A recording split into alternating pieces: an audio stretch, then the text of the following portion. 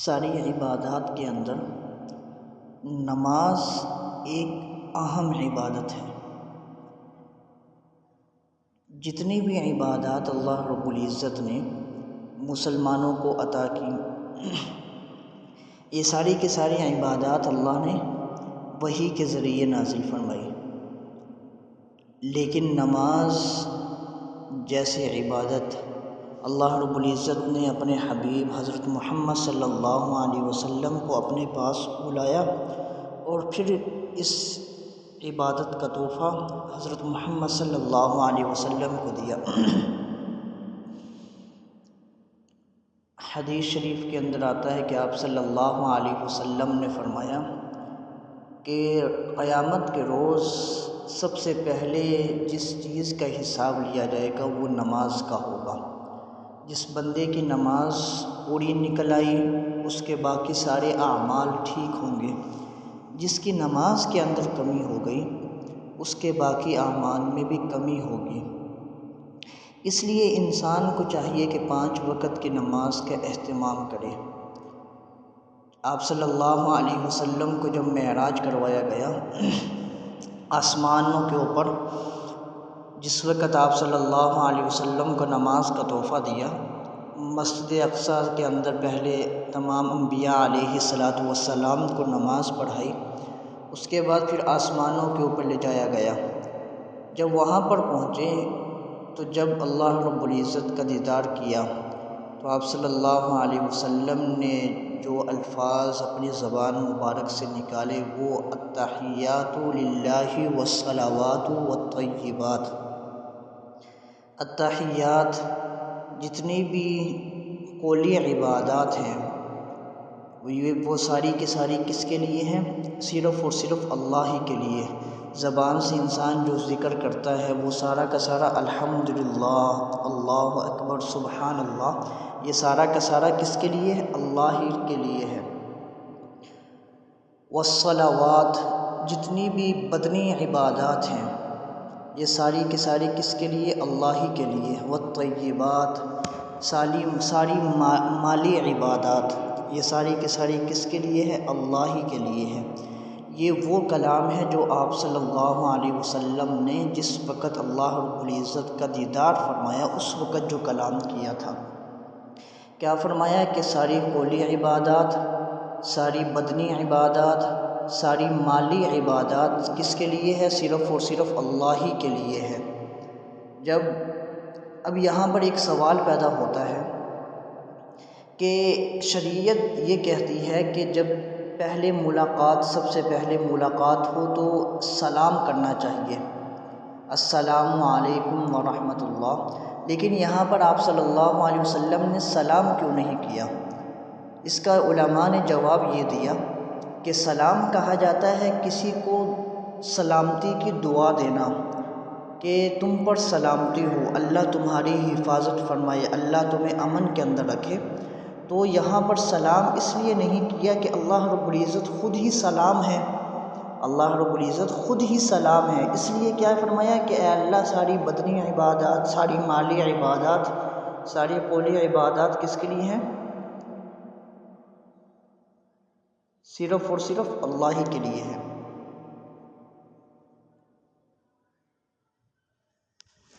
تو اس لیے سلام نہیں کیا۔ جب آپ صلی اللہ علیہ وسلم نے یہ الفاظ فرمائے تو اس وقت آپ صلی اللہ علیہ وسلم کو اللہ رب العزت نے کیا کلام فرمایا؟ اللہ رب العزت نے فرمایا السلام علیک ایھا النبی ورحمۃ اللہ وبرکاتہ۔ اے نبی آپ پر سلام ہو، اللہ کی رحمتیں اور اللہ کی برکتیں آپ پر ہوں۔ جب آپ صلی اللہ علیہ وسلم نے یہ سنا تو اس وقت آپ صلی اللہ علیہ وسلم نے اپنی امت کا تصور کر کے فرمایا السلام علیک ایھا النبی ورحمۃ اللہ، یعنی کہ یہ سلامتی میرے امت کے نیک لوگوں پر بھی سلامتی ہو۔ تو اب یہاں پر دیکھیں تو اس کے بعد پھر اللہ رب العزت نے اپنے حبیب حضرت محمد صلی اللہ علیہ وسلم کو نماز کا تحفہ دیا، نماز کا تحفہ دیا۔ پہلے 50 نمازیں دی، 50 نمازوں کا تحفہ جب دیا تو جب وہاں سے نکلے تو حضرت موسیٰ علیہ السلام سے اللہ رب العزت نے جب وہاں سے دربار سے نکلے تو موسیٰ علیہ السلام سے آپ صلی اللہ علیہ وسلم کی ملاقات ہوئی۔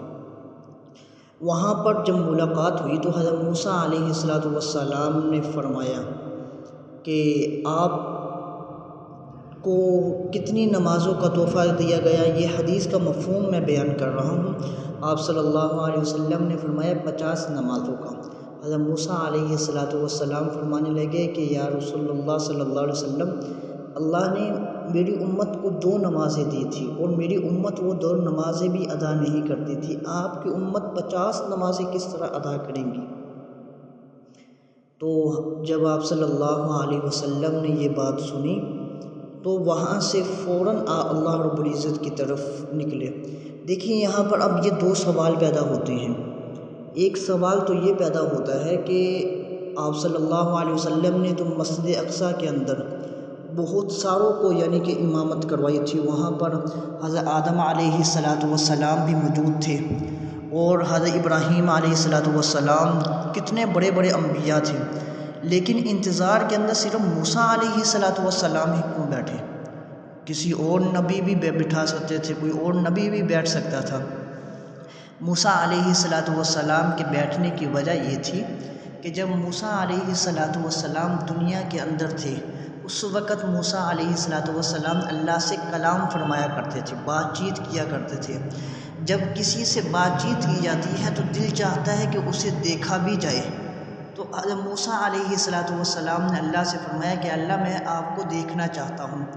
تو اللہ رب العزت نے کیا فرمایا کہ اے موسیٰ تم مجھے نہیں دیکھ سکتا، میں صرف ایک پہاڑ کے اوپر اپنی ایک تجلی کو ڈالتا ہوں، اگر تو نے اس تجلی کو دیکھ لیا نا باقی بات بعد میں کی جائے گی۔ تو حضرت موسیٰ علیہ السلام نے پہاڑ کی جانب دیکھا تو اللہ نے پہاڑ کے اوپر ایک تجلی کو ڈالا، وہ پہاڑ اللہ رب العزت کی ایک تجلی کو نہ برداشت کر سکا، وہ پہاڑ ریزہ ریزہ ہو گیا۔ تو اس کے بعد حضرت موسیٰ علیہ السلام نے جب پہاڑ کا یہ عالم دیکھا تو وہ بھی وہاں پر بے ہوش ہو گئے۔ تو یہاں پر حضرت موسیٰ علیہ السلام کے بیٹھنے کی وجہ یہ تھی، علماء نے کہا کہ حضرت موسیٰ علیہ السلام چاہتے تھے کہ اللہ رب العزت کا دیدار کر سکے لیکن دیدار کر نہیں سکے۔ جب انہیں اس بات کا پتہ چلا کہ اللہ رب العزت نے اپنے حبیب حضرت محمد صلی اللہ علیہ وسلم کو اپنے دیدار کے لیے آسمانوں کے اوپر بلایا ہے تو حضرت موسیٰ علیہ السلام کے دل کے اندر چاہت پیدا ہوئی، اگرچہ میں اللہ رب العزت کا اپنے محبوب کا دیدار نہیں کر سکتا تو کیا ہوا، جو انسان میرے محبوب یعنی اللہ کا دیدار کرے گا میں اسی انسان کا دیدار کر لوں گا۔ موسیٰ علیہ السلام وہاں پر آپ صلی اللہ علیہ وسلم کا دیدار کرنے کے لیے بیٹھے ہوئے تھے، اس لیے کہ آپ صلی اللہ علیہ وسلم اللہ کا دیدار کر کے آ رہے تھے۔ تو دوسرا سوال یہاں پر یہ پیدا ہوتا ہے کہ کیا موسیٰ علیہ السلام کے اندر عقل آپ صلی اللہ علیہ وسلم کی بنسبت زیادہ تھی؟ آپ صلی اللہ علیہ وسلم کو کیوں نہ پتہ چلا کہ 50 نمازیں زیادہ ہیں؟ وہ اس لیے نہیں پتہ چلا کہ جب آپ صلی اللہ علیہ وسلم نے اللہ کا دیدار کیا، جب انسان کوئی خوبصورت چیز دیکھتا ہے تو انسان کا دماغ کام نہیں کرتا، تو اللہ کا دیدار جب کیا، اللہ کے حسن اور اللہ کے جلال کو دیکھا تو حضرت آپ صلی اللہ علیہ وسلم جھوم اٹھے۔ 50 نمازیں بھی ملی اس وقت، چاہے 100 نمازیں بھی اللہ کی طرف سے ملتی پھر بھی آپ صلی اللہ علیہ وسلم جھوم اٹھنا تھا، اس لیے کہ اللہ کا دیدار کے اندر حسن اور جلال ہی ایسا تھا۔ تو وہاں سے پھر آپ صلی اللہ علیہ وسلم اللہ کی خدمت میں حاضر ہوئے۔ اللہ رب العزت نے 45 نمازیں کی، ایسے چلتے چلتے 50 سے 5 نمازیں جب رہ گئی تو اللہ رب العزت نے فرمایا کہ اے میرے حبیب حضرت محمد صلی اللہ علیہ وسلم، آپ کی امت اگر 5 نمازوں کا اہتمام کرے گی تو میں اسے 5 کے بدلے 50 نمازوں کا ثواب عطا کروں گا۔ تو یہ کتنی غفور و رحیم ذات ہے، اور کتنے افسوس کے ساتھ یہ کہنا پڑتا ہے اس کے باوجود ہم نماز نہیں پڑھتے۔ تو اس لیے میرے بھائی، انسان کی نماز کا جو تعلق ہے یہ انسان کی بینائی کے ساتھ ہے۔ آپ کو ایک مثال دیتا ہوں، جس کی نگاہ سب سے اچھی ہوتی ہے نا، اس کے سامنے گلاب کا پھول کیا جائے تو وہ پھول اسے ٹھیک دکھائی دے گا، یہاں تک کہ پھول کے اوپر جو ریشے ہوں گے نا وہ بھی اسے دکھائی دے گے، اس لیے کہ اس کی نگاہ اچھی ہے۔ اگر اس کی بینائی کے اندر تھوڑی سی کمی کی جائے پھر اسے پھول تو دکھائی دے گا لیکن پھول کے اوپر جو ریشے ہوں گے وہ دکھائی نہیں دیں گے۔ لیکن اس سے بھی بینائی کم ہو جائے تو اسے ایک چھوٹی سی چیز دکھائی دے گی، لیکن وہ یہ نہیں پہچان سکے گا یہ پھول ہے یا کیا ہے۔ اگر پھول ہے تو یہ کس رنگ کا ہے، یہ بینائی کی کمی ہونے کی وجہ سے ہے۔ اسی طرح اللہ رب العزت نے جب اپنے محبوب حضرت محمد صلی اللہ علیہ وسلم کو نماز کا تحفہ دیا تو ساتھ اپنا دیدار بھی کروایا۔ کوئی بھی عبادت ایسی نہیں جو اللہ کا دیدار کروا سکے قیامت کے روز۔ ایمان والے اگر اللہ کا دیدار کریں گے تو وہ صرف اور صرف اسی نماز کی وجہ سے کریں گے۔ جس نے 5 وقت کی نماز کا اہتمام کیا ہوگا، اللہ رب العزت کے قریب ہو کر وہ اللہ کا دیدار کریں گے، اور جس نے نماز کے اندر کمی کی ہوگی، سستی پیدا کی ہوگی، اسی طرح اس کی بینائی بھی کم ہوتی چلی جائے گی، وہ دیدار سے دور ہوتے چلے جائیں گے، درمیان کے اندر پردے حائل ہونا شروع ہو جائیں گے۔ اور جس انسان نے بالکل ہی نماز نہ پڑھی، قیامت کے روز اس کی مثال ایک نبینے کی طرح ہوگی، وہ اللہ کے دیدار سے محروم کر دیا جائے گا۔ تو اس لیے میرے بھائی، نماز ایسی عبادت ہے، اللہ کے ہاں سب سے بڑی عبادت کیا ہے؟ نماز ہے، جو سب سے بڑی چیز ہوتی ہے۔ سب سے پہلے حساب بھی اسی کا لیا جاتا ہے۔ قیامت کے روز سب سے پہلے نماز کا حساب لیا جائے گا۔